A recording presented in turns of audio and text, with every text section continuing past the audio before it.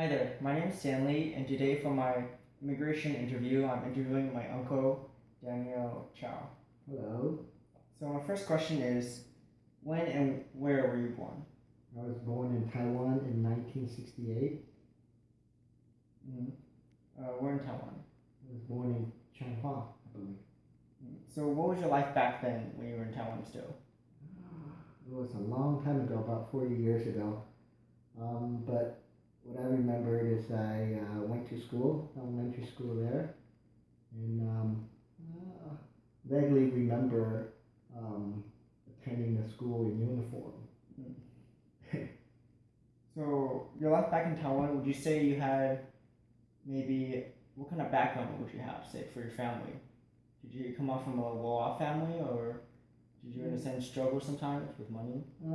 Not really. My parents are pretty well off. My dad's a doctor, so never had to worry about food or clothing, anything like that.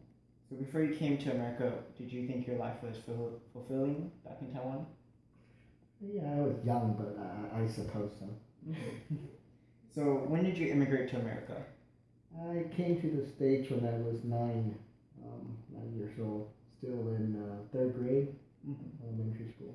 And where did you first settle? When I first came, I was in South Pasadena. So what were some factors for coming over?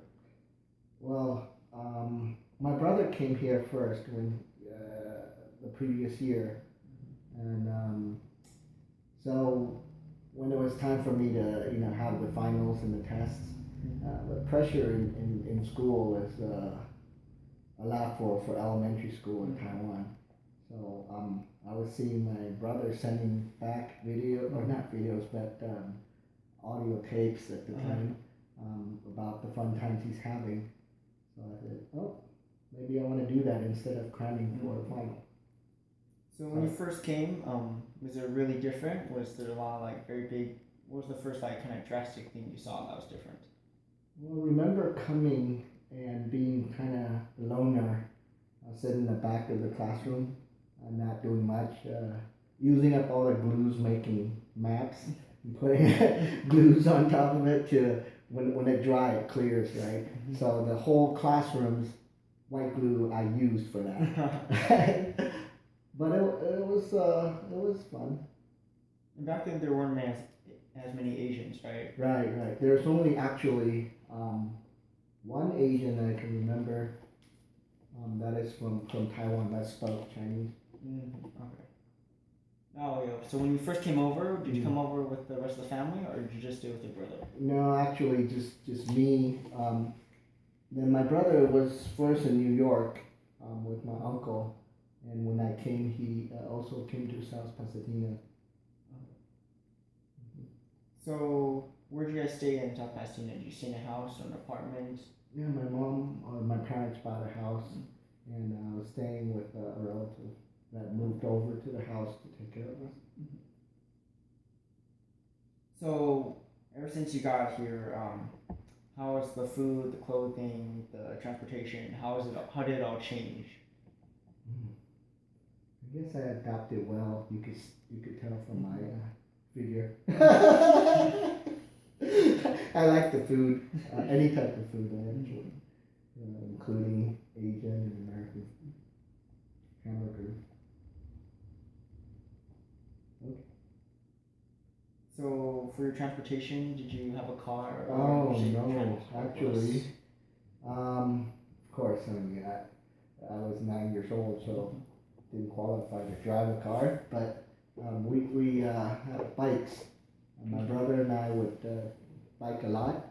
We would go places and things that kind of, if I think back, for nowadays the kids, they don't do that. We rode our bicycle all the way from South Pasadena to Arcadia to go to the bowling alley and to have steaks. Just me and my brother.